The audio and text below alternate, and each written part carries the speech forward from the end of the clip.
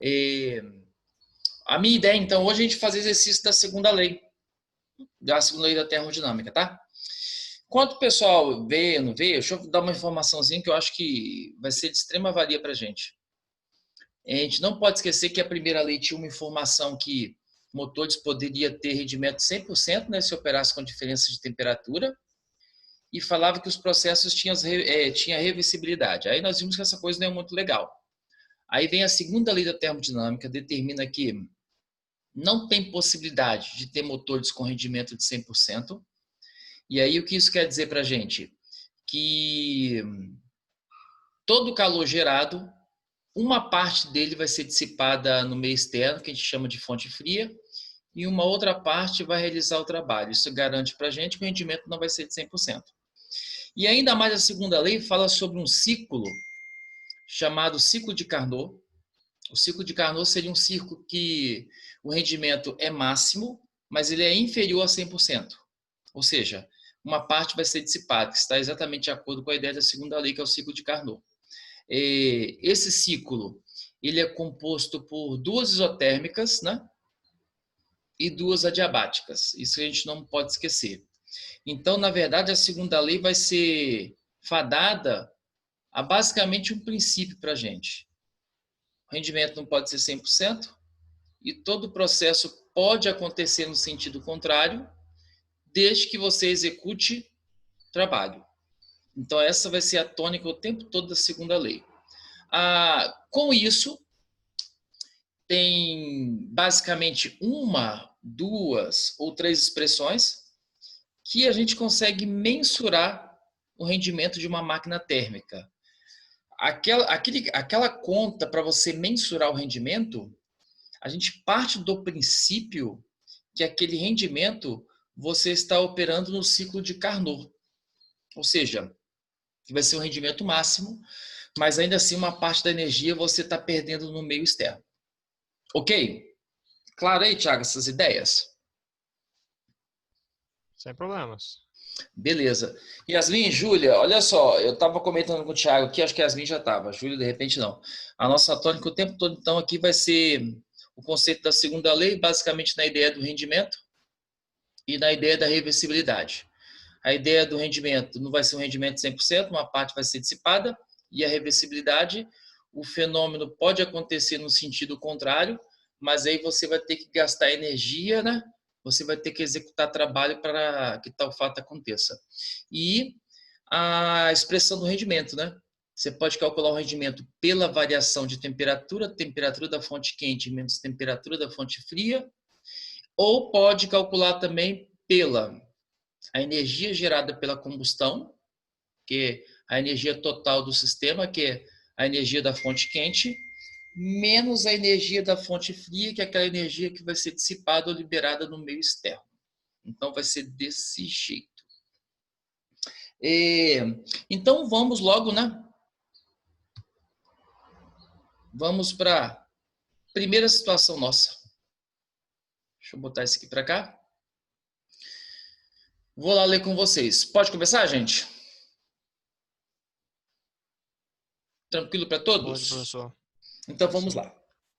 Então, essa aqui, então, eu estou com uma ideia de relação numérica mesmo. Não somente o conceito, eu estou com uma ideia de uma determinação, a parte quantitativa. Então, é o seguinte, ó. O esquema a seguir representa trocas de calor e realização de trabalho em uma máquina térmica. Os valores T1 e Q2 não foram indicados, mas deverão ser calculados durante a solução dessa questão. Então, ele falou para a gente que a temperatura T1 e o calor Q2 não está determinado na figura, mas a gente tem que determinar. Considerando os dados indicados no esquema, e se essa máquina operasse segundo o ciclo de Carnot, o que isso quer dizer para a gente? Duas isotérmicas, duas adiabáticas, o rendimento é máximo inferior a 100%. A temperatura T1 da fonte quente seria em kelvins igual a... Então, veja bem, o que ele está pedindo para a gente? Ele quer que você determine a temperatura da fonte quente. A única coisa que eu quero que a gente guarde é esse dado aqui, ó. Eu quero determinar o valor de T1. Isso que eu quero então fazer. Então vamos lá. Deixa eu mostrar a maquinazinha para vocês. Eu não sei se vocês estão conseguindo visualizar direitinho, mas aí tem uma máquina térmica bem aqui, ó. Deixa eu pontuar para vocês. Aqui é uma fonte quente. Essa fonte quente está gerando 4.000 joules. Não sei se dá para todo mundo visualizar direitinho. Parte dessa energia está executando o trabalho. Então, o trabalho está aqui de 800 joule. E a outra parte vai ter que ser dissipada aqui na fonte fria. Esse desenho, nessa situação que eu descrevi para vocês, está claro, gente? Sim ou não? Tranquilo para todo mundo? Então, escute. Como a gente segue o princípio da lei da conservação, o que isso quer dizer para a gente? A energia total gerada, ela tem que ser transformada em uma parte em trabalho e a outra vai ser dissipada. Então, a primeira coisa que eu posso colocar aqui, que não é difícil de se fazer, é o seguinte, ó. Como eu tenho uma energia total de 4.000, que está aqui, 800 vai ser utilizado para fazer o trabalho, isso quer dizer, gente, o que sobra desses 4.000 é aquilo que vai ser dissipado no meio externo, que vai ser 3.200 joule. Isso ficou claro para todo mundo? Falem comigo aí, beleza? Sim? Tá aí tudo certo, professor. Aquela Tranquilo. equaçãozinha, né? Eu fiz usei tipo uma equação nem uma conservação. Então tinha um dado na questão. Ele falava bem assim, olha, o valor de T1 e o valor de Q2 não foi determinado na questão, mas durante o procedimento você vai ter que achar esses valores. Então, nós percebemos que o Q2 foi muito fácil. Só que a questão, ela fica centrada numa situação aonde precisa determinar a temperatura da fonte quente, porque é isso que ele pergunta para a gente. Mas o que pode ser feito rapidamente? E seria razoável para a gente ganhar um pouquinho de tempo. Bom, eu não sei se todo mundo recorda que o rendimento ele pode ser calculado dessa maneira que eu vou escrever rapidamente aqui. Ó. Ele pode ser calculado, vou botar de uma maneira e depois vou colocar da outra também, tá? Vou botar um parênteses para a gente entender que a divisão vai ser para todos. Pode ser calculado como o calor da fonte quente, que é o calor total gerado, menos o calor da fonte fria, que é aquele calor dissipado, tudo isso dividido pelo calor total, que foi aquele calor gerado pela fonte quente. Claro, todo mundo lembra dessa equação sem nenhum problema? Sim? Certo? Sim, professor. Eu só Beleza. tô demorando para responder aqui porque eu tô tendo um problema no computador. Não, Tá bom, senhor? tranquilo, mas é importante que você fale sempre aí, Thiago. Só que eu tenho uma outra maneira também que vocês não podem esquecer. O rendimento também pode ser calculado dessa segunda maneira, utilizando o conceito de energia. Também pode ser calculado como o trabalho realizado dividido pela energia total gerado pela fonte quente. Então, não importa a maneira que você vai executar. Você tem duas maneiras aí para determinar o rendimento. Eu vou fazer o seguinte, gente. Eu vou calcular o rendimento usando a segunda relação da igualdade que eu botei, que é o trabalho dividido pela energia total da fonte quente. O trabalho realizado é aquele que está ali embaixo que eu marquei para vocês, que vai ser 800. Tudo isso dividido pela energia total da fonte quente, que nesse caso é 4.000. Bom, o que eu posso fazer para melhorar minha continha? Não sei se todo mundo concorda. Eu posso simplesmente ali, gente, cortar o 2 zeros do 800, né? Com 2 do 4.000. Aí como ficaria essa coisa? Ficaria 8 sobre 40. E ainda, olha só o que eu posso fazer. Eu posso simplificar em cima e embaixo por 8. 8 dividido por 8, 1. 40 dividido por 8, 5. Para quem gosta, não precisa, tá? A gente poderia ficar dessa maneira aí, poderia ficar assim. Mas a gente poderia colocar bem assim, ó. O que é 1 dividido por 5? 0,2. Aí eu até poderia colocar assim, o 0,2 em dados percentuais. O que seria para a gente? Seria um rendimento de 20%. Até aí. Pessoas, até aí, tranquilo para todo mundo? O que eu fiz agora? Eu determinei o rendimento dessa máquina térmica que opera num ciclo de Carnot. Só que veja bem, A pedido da questão é determinar a temperatura da fonte quente, que na verdade é o tal do T1. Mas qual foi o primeiro procedimento executado? Eu determinei o valor da energia da fonte fria, que era 3.200, calculei o rendimento dessa máquina. E agora eu vou tentar determinar, a pedido da questão, que é a temperatura da fonte quente. Até aí, tudo isso está claro para todo mundo? Falem comigo aí. Sim? Beleza? Pelo menos para mim está tudo certo, professor. Deixa eu ver aqui. Opa, tem uma perguntinha no chat aqui. Deixa eu ver aqui. Beleza. E aí, Lara, tudo bem? Legal. Então, olha só. Tudo bom dia. Beleza. Olha só, o que eu irei fazer agora? Eu vou lançar a mão da ideia do rendimento, mas agora usando uma coisa que eu quero, gente. Qual é a coisa que eu quero? A temperatura. A gente não pode esquecer que o rendimento também pode ser calculado determinando a diferença de temperatura entre cada fonte. Então, eu coloquei bem assim para vocês quando eu apresentei a equação. Botei assim, ó, o TH, deixa eu abrir um parênteses que vai ficar melhor. Ó, o TH, que é a temperatura da fonte quente, que é a maior temperatura, menos TC, que é a temperatura da fonte fria, tudo isso dividido por TH. Agora, se eu fizer a conversão como está na questão, olha como que ficaria, não sei se todo mundo concorda. O TH, pessoas, é a temperatura da fonte quente, que nesse caso vai ser o T1, menos o TC. Pessoas, o TC é a temperatura da fonte fria, que está no meu desenho, que dá para você visualizar aí, é um azul, parece, que na verdade é o T2. Não sei se todo mundo está vendo aí. E esse T2, ele deu valor para a gente, 300 Kelvin. E tudo isso vai ficar dividido pela temperatura da fonte quente, que é o tal do T1, que na verdade é o que se pede na questão. E aí, o que eu posso fazer agora para melhorar esse conceito? Pessoas, o rendimento eu já tenho. Não sei se todo mundo lembra lá. Eu calculei na primeira parte. O rendimento é 1 sobre 5. Ó, 1 sobre 5. Foi o que nós fizemos anteriormente. E ele pode ser descrito agora, o rendimento. Eu tenho o R que é 1 sobre 5. Ele é igual o T1 que eu quero determinar, menos 300. Tudo isso dividido por T1. Até aí, isso está claro para todo mundo? Tranquilo, gente? Sim? Show, professor. Ó, eu vou botar aqui um negócio maluquinho só para vocês entenderem, que vai ser super importante. Tá bem assim, 1 sobre 5 igual T1 menos 300 sobre T1. Então aqui, gente, ó, eu vou ter que multiplicar cruzado, tá?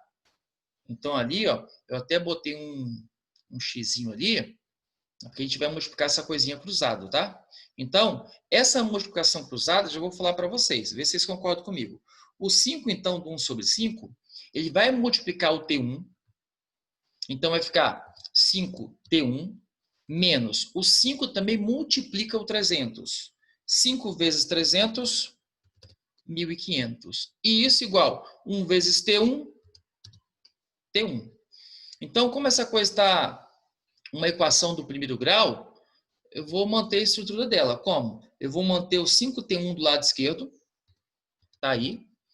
E o T1 que está do lado direito, ele é mais, então ele vem para o lado esquerdo, menos. Tudo isso igual. O 1.500 é negativo do lado esquerdo, vai para o lado direito, positivo. Então tá aí. 5T1 menos T1, 4T1. E isso igual a 1.500. Então, quem seria o T1? O T1 vai ser 1.500 dividido por 4. Quem fala rapidamente aí? Quanto que é 1.500 dividido por 4? Ok, dá um chute, né? 375. Perfeito, gente. 375 Kelvin. Então, ó, deixa eu ver se eu consigo aqui. Vou botar aqui. Então, tá tudo estranho ali, as minhas opções ali. É porque não dá para a gente ver direito, porque eu vou ter que apagar. Então, depois eu desço aqui e mostro para vocês. Então, a temperatura da fonte quente, que foi uma pedida da questão, 375 Kelvin. Pessoas, todo mundo conseguiu entender essa primeira questão? Tranquilo para vocês? Sim? Ô, professor, Oi, ok. só uma perguntinha aqui sobre esse TH e TC. Aham. O H quer dizer hot e o C cold? É isso aí. Ah, tá, porque eu não tinha pensado nisso ainda, aí eu não estava entendendo direito. Assim. Então, Obrigada. na verdade, eu botei assim, que quando tiver a definição, eles utilizam desse jeito, mas é por força de expressão. Eu nem fiquei atento a essa coisa, mas esse é exatamente o que você falou, exatamente. Mas beleza. Eu posso, pessoas, apagar essa questão e seguir para a próxima? Sim? Simbora, professor. Então vamos aí então. Então, ó, 375 Kelvin, perfeito. Olha, teoricamente, essa seria uma questão trabalhosa, uma questão difícil, mas deu para perceber que ela não tem nada de tão impossível, né? Para a gente poder aplicar. Aqui o espaço da resolução está lá. Opa, questão 2. Olha, se eu perguntasse bem assim para vocês, e essa pergunta é muito importante. Qual seria a tônica ou a frase determinante da segunda lei? Bom, eu sei que quando a gente olhar no material vai ter uma pancada de descrições, vai ter negócio de entropia, vai ter reversibilidade, tal, tal, mas sabe qual é a tônica na verdade? Que eu acho que é o fator principal da segunda lei, e isso tem que ficar claro para a gente, é que nem todo calor gerado ele é utilizado integralmente para fazer trabalho. Uma parte sempre vai ser dissipada. Isso nos dá a garantia que o rendimento não pode ser um rendimento de 100%. Eu acho que isso é o mais importante. Essa coisa tem que ficar bem guardada para a gente, essa ideia. E olha só essa questão. Essa questão ela traz um conceito muito particular com a ideia do Enem. Então, é uma questão importante para a gente.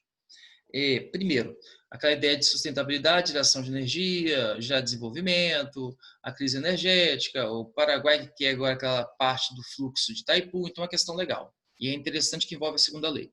Então a questão é mais ou menos assim. Ó. O reator utilizado na usina nuclear de Angra dos Reis, Angra 2, é do tipo PWR. O sistema PWR é constituído de 3 circuitos. O primário, o secundário e o de água de refrigeração. No primeiro, a água é forçada a passar pelo núcleo do reator a pressão elevadas de 135 atmosfera e a temperatura de 320 graus Celsius. Devido à alta pressão, a água não entra em ebulição e, ao sair do núcleo do reator, passa por um segundo estágio, constituído por um sistema de troca de calor, onde se produz vapor de água que vai acionar a turbina que transfere o movimento ao gerador de eletricidade. Então, o cara está contando uma história, como que funciona particularmente lá no sistema da usina. Vai ter, na verdade, um calor gerado pela fissão de um elemento. Esse calor ele vai conseguir vaporizar parte da água no sistema interior. Tem uma água que controla a sua temperatura para não saturar e ser um problema e não causar instabilidade. E esse vapor de alta pressão, ele passa pelo duto de uma turbina. Então, quer dizer que a turbina vai receber esse duto de alta pressão, que vai fazer movimentação dela, ou seja, que é um tipo de energia que depois a gente vai visualizar, que é chamada energia cinética. E essa energia, ao passar por esse gerador, como você viu lá em eletricidade, o gerador tem a propriedade de receber qualquer matriz energética e converter parte dela em energia elétrica. Então, ele recebe essa energia do reator associada à movimentação e à temperatura e converte em energia elétrica, parte dela, né? E aí, olha o esqueminha aí, tem um esqueminha pra gente. Esse esqueminha aí, de muito não nos interessa, não. É mais uma representação do que acontece. A energia do reator, tem um controle de água externo do sistema, que é a refrigeração. A água vaporiza, vai passar pela turbina, vai entrar no gerador, o gerador vai converter essa energia mecânica em energia elétrica. Essa é a ideia. Mas o fator principal a gente não pode esquecer. Uma usina também, ela fica fadada a obedecer o conceito da segunda lei, o conceito fundamental. Qual é o conceito fundamental? Nem toda energia gerada é utilizada integralmente para fazer trabalho. Uma parte dela tem que ser dissipada numa fonte fria.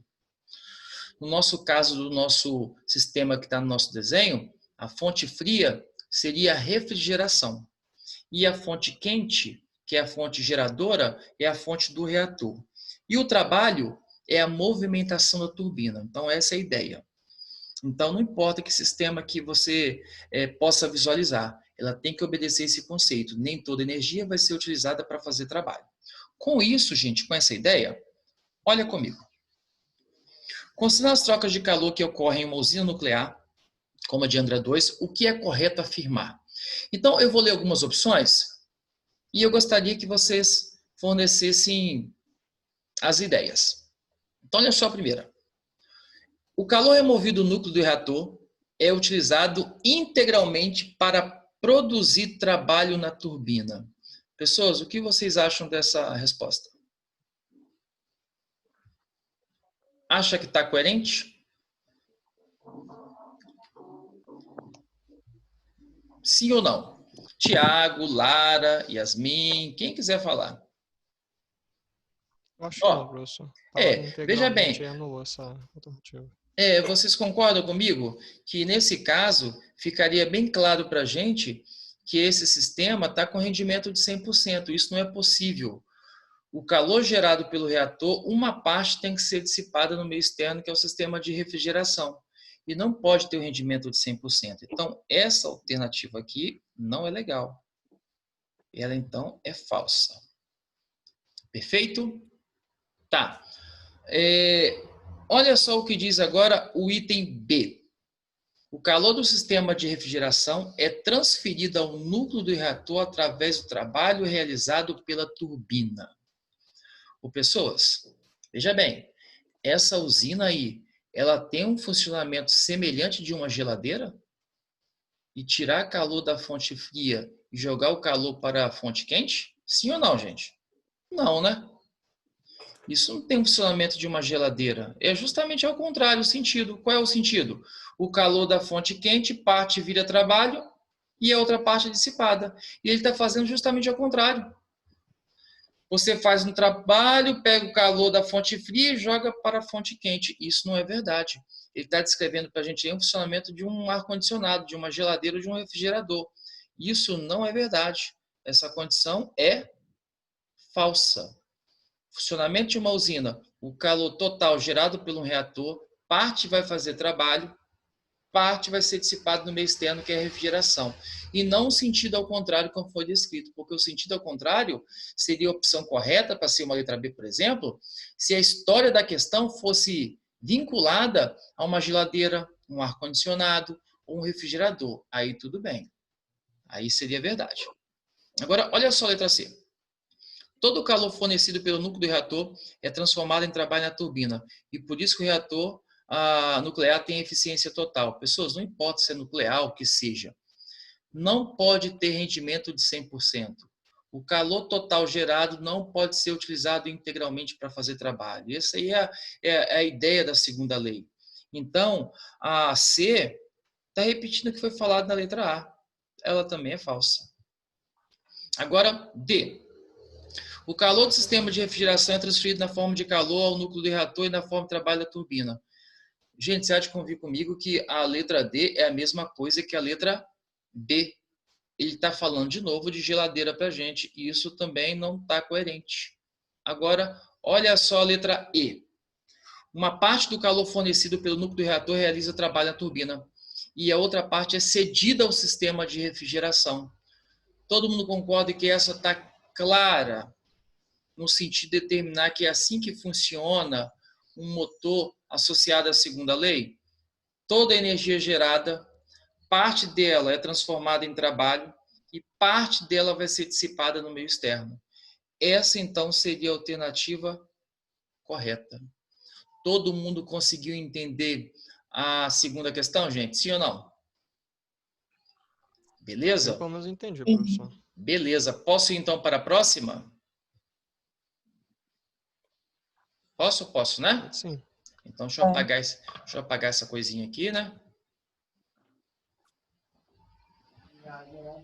Tudo bem. Vamos lá, então. Próxima. Tá. Olha só essa questão. Eu achei essa questão muito interessante. Ela é bem legal.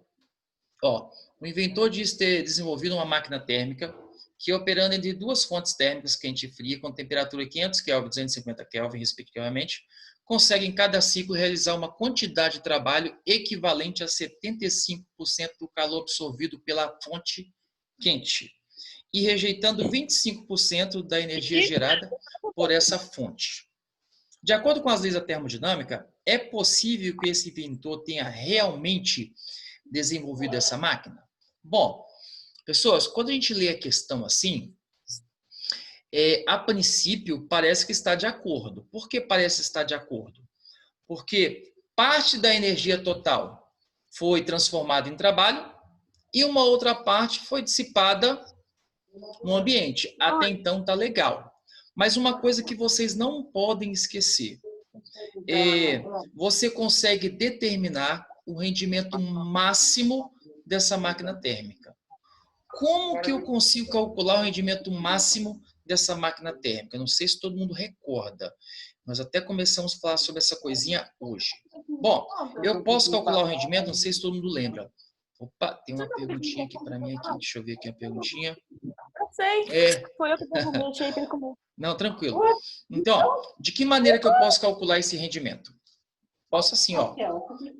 TH. Eu não sei se foi a Yasmin, não. Foi a Júlia. Alguém perguntou para mim. TC sobre TH. Onde o TH é a fonte quente, TC é a fonte fria, o hot é quente, o C cold que é a fonte fria. Então, assim eu posso calcular o rendimento. Aí você fala, para que você vai calcular o rendimento? Essa expressão do rendimento, aquela anterior da energia, ela é utilizada para você calcular o rendimento máximo da máquina térmica, gente. O máximo que ela pode chegar. Eu já sei que, a princípio, está de acordo. Por que está de acordo? Porque uma parte via trabalho e uma parte via rendimento. Agora eu vou calcular o máximo que você pode obter de rendimento dessa máquina térmica, através dessa expressão que é determinado pelo conceito do ciclo de Carnot. Então, como que eu vou fazer isso? Bom, ele fala que tem duas temperaturas aí. Uma é 500 e a outra é 250. Então, a temperatura da fonte quente, que é o TH, vai ser 500. A da fonte fria vai ser 250. E tudo isso dividido por 500. Bom, como é que seria o rendimento dessa coisa? Ficaria 250 dividido por 500. Deixa eu ver aqui. Tranquilaço, tranquilaço. E aí, pessoas, como é que ficaria esse rendimento nosso aí? 250 por 500 ficaria 0,5. Deixa eu botar aqui. 0,5.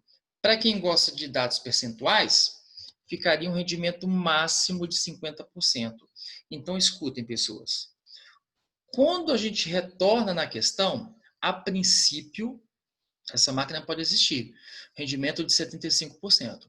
Mas quando você vai determinar o rendimento máximo dela, obtido segundo o ciclo de Carnot, o rendimento máximo obtido por ela é um rendimento de 50%.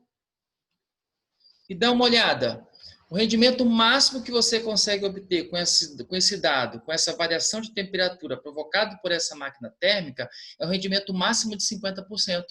E na questão fala que esse inventor, ele conseguiu obter um rendimento de 75%. Pessoas, vocês acham que esse cara conseguiu inventar esse motor mesmo?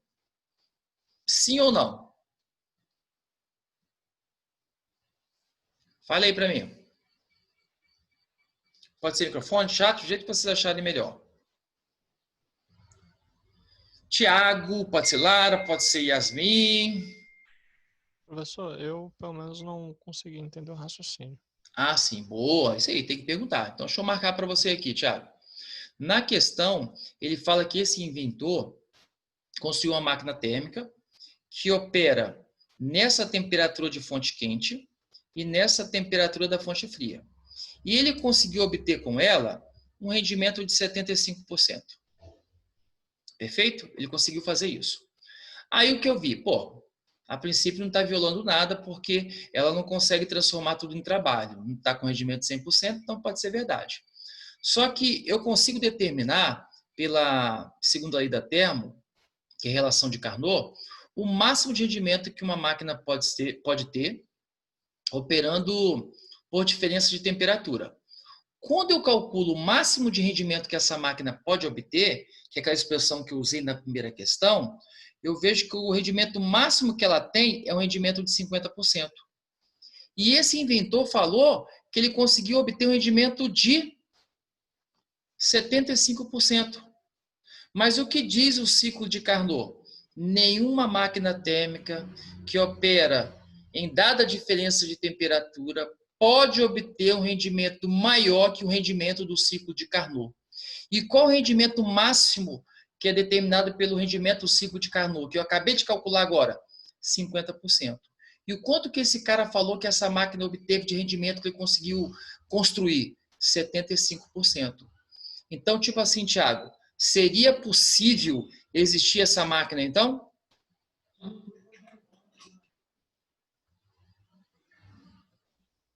Desculpa pela demora para abrir o microfone. Não, tranquilo. Mas eu acho que agora eu consegui entender. Eu tinha feito os cálculos da questão anterior, aí eu fiz essa comparação que o senhor falou e realmente deu o mesmo valor de rendimento. Você viu? Então, ou seja, obrigado. O rendimento tem que bater. Agora, veja bem, o Tiago, Yasmin, Lara, todo mundo aí. Vamos supor que eu tivesse calculado o rendimento agora e tivesse dado 77%. E o cara fez uma máquina de 75%. Estaria certo? Não, tudo bem. Hã? Não, deveria ser o mesmo valor exato. Aí que tá. Veja bem. Muito boa a sua pergunta, para a gente sacar. Quando eu calculo, gente, quando eu uso essa expressão que eu usei agora e aquela que eu usei na primeira questão, eu estou supondo que é o rendimento máximo, que é o rendimento que está no ciclo de Carnot. Perfeito? Então, veja bem, a máquina térmica ela não pode ter um rendimento maior que o rendimento de Carnot. Mas ela pode ter um rendimento menor que o rendimento de Carnot? Sim ou não? Pode. Então, veja bem, Tiago, se aqui no meu rendimento teórico, que é o rendimento de Carnot, tivesse dado 77% e o cara construiu uma máquina com 75%, isso é possível. O que é impossível, você construir uma máquina que opera em um ciclo qualquer e que tem um rendimento maior que o rendimento de Carnot. Isso não pode. Mas a máquina pode ter um rendimento menor que o rendimento de Carnot? Pode. Não pode ter maior que o rendimento de Carnot. Isso está claro para vocês? Lara, está clara essa ideia? Sim. Você me permite fazer mais uma pergunta? Claro. Para tentar fixar isso? Quando isso, pode falar. Então, o cálculo do rendimento, quando a gente usa as duas temperaturas, quente e fria, ele me dá a situação ideal? Isso. E quando eu uso o trabalho, ele me permite ver a realidade? É isso que o senhor quer dizer? Sim, exatamente. Agora, veja bem, outro detalhe, já que você tocou nesse assunto. Tiago, é um modelo totalmente... A expressão quando você usa a temperatura é um modelo máximo, um modelo ideal, um modelo propagado pelo ciclo de Carnot. Só que a gente não pode esquecer, um ciclo no gráfico PV representa um motor. E um ciclo de Carnot, ele é um ciclo ideal, o rendimento vai ser maximizado ali naquela situação toda, mas não quer dizer que que toda a máquina opere naquele ciclo, não. Quem tiver um rendimento igual ao de Carnot é o ciclo de Carnot. E quem tiver um outro rendimento, obrigatoriamente vai estar em outro ciclo que não é Carnot e tem que ser obrigatoriamente um rendimento menor que o rendimento de Carnot. Então, Tiago, quando você usa a temperatura, você está trabalhando na situação ideal, a situação perfeita, a situação de máximo rendimento. Ok? Sim? Tá ok, professor. Muito boa Então, essa informação. agora... Não tinha nem no livro isso. Então... Essa questão eu achei interessante por isso. Mas agora a gente vai ter que marcar a opção correta. Então, veja bem, esse cara não conseguiu fazer esse motor, não. É papo furado. Porque nessa diferença de temperatura, o máximo de rendimento que você pode obter é 50%. Nada maior que isso. Ou é 50% ou é menor. Então, esse cara não conseguiu fazer isso, não. Então, olha as opções. Vamos lá, vou para as opções agora, para a gente ver. Então, vamos lá. Letra A. Não é possível... Uma vez que essa máquina teria um rendimento maior que o rendimento de uma máquina de Carnot, operando entre as mesmas fontes. Pessoas, só de ler a primeira opção, eu não sei se vocês concordam comigo, mas eu acho que ela está muito legal. Sim ou não? O cara não conseguiu fazer esse motor, não, porque esse motor está com rendimento maior que o de Carnot, é verdade. Olha a letra B. Não é possível. Não é possível, tá legal, é verdade, não é possível, já sei. Mas olha o que ele fala depois. Uma vez que o rendimento da máquina é 100%. Gente, a máquina tem rendimento de 100%? Ela transforma tudo em trabalho? Não, né, gente? Concorda comigo? Essa máquina não. Nenhuma máquina pode ter rendimento de 100%. Não se esqueçam disso. Nenhuma máquina consegue pegar todo o calor e transformar em trabalho. Isso é falso. Não se esqueçam disso. Agora, olha só, gente, letra C. É possível, gente? Não, a gente já sabe, não é possível. Então, tá furado, não é possível. Falso. D, não é possível. Até aí tá legal. Mas olha só o que ele fala. Uma vez que viola a primeira lei. Pessoas, a primeira lei fala um montão de besteira em relação a motores. A primeira lei fala que o rendimento é de 100%. A primeira lei, então, é equívoco. Não tem nada a ver a primeira lei associando o rendimento de motores. Então, isso aqui também é falso. Quem determina especificamente a ideia do rendimento de um motor é a segunda lei. Determinada pela condição que o rendimento é máximo se opera num ciclo de Carnot. Não se esqueçam disso. E, é possível ter um motor assim? Não, gente. Não é possível ter um motor com rendimento maior que o rendimento de Carnot. Então, pessoas, qual é a melhor opção? Letra A. Isso ficou claro para todo mundo, sim ou não?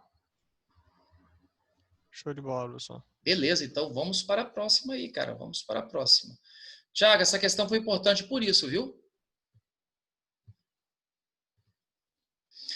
Vamos lá, então. Vamos ver, então, se a galera tá ligada em conceitos. Rapidamente, eu achei essa... Ah, tem uma outra aqui, gente. Eu posso pular para a próxima aqui e depois voltar nessa? Pode ser? Posso? Porque tem uma questão que é muito importante, essa aqui. Olha, essa questão foi do Enem. Então, leia comigo, ó. Eu vou ler bem rápido. Por trás de toda cerveja gelada há sempre um bom freeze. E por trás de todo bom freeze há sempre um bom compressor. A peça mais importante para que qualquer sistema de refrigeração funcione bem.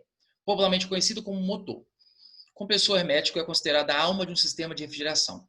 A fabricação desses aparelhos requer tecnologia de ponta e o Brasil é destaque mundial nesse segmento. Agora, olha só o que ele fala. Assinale a alternativa que representa corretamente o diagrama de fluxo de um refrigerador que é uma geladeira. Pessoas, eu não sei se todo mundo lembra. Lara, Thiago, Yasmin, não sei. Pessoas, como é que é o ciclo normal de um motor? Motor. Ciclo normal do motor. Desce o calor da fonte quente. O calor descendo da fonte quente, parte vai virar trabalho e parte vai ser dissipada no meio externo. Todo mundo lembra dessa historinha, que foi a primeira questão? Sim ou não? Sim. Beleza. Agora, olha como é que é a geladeira. A geladeira é reversibilidade, é ao contrário. Como? Eu faço um trabalho no motor, o motor tira o calor da fonte fria e joga o calor para a fonte quente. É um processo ao contrário. Faço o trabalho no motor, o motor tira o calor da fonte fria e joga na fonte quente. Então, olha só, eu quero marcar a opção que represente a geladeira, que represente o refrigerador. Então, vamos comigo, ó. Deixa eu jogar isso aqui para cá, a gente vê direitinho. Ó, todo mundo está conseguindo ver a letra A aí? Sim? Sim. Sim ou não? Olha só que loucura a letra A, gente. Tá saindo o calor da fonte fria e indo para a fonte quente. Está indo naturalmente. O calor está indo do frio para o quente de maneira espontânea. Gente, acontece isso? A geladeira funcionar sem o motor estar ligado? Acontece isso? Não. Não, isso aqui está furado, não pode. O calor pode ir do frio para o quente, pode, mas você vai ter que fazer trabalho, o motor vai ter que estar ligado, senão isso não acontece. Então, essa aqui é falsa. Olha comigo agora a letra B. Letra B, pessoas, ó. Reservatório quente está indo calor do quente, passando pelo motor e indo para a fonte fria. Olha que loucura. Primeiro que isso não é geladeira. E segundo,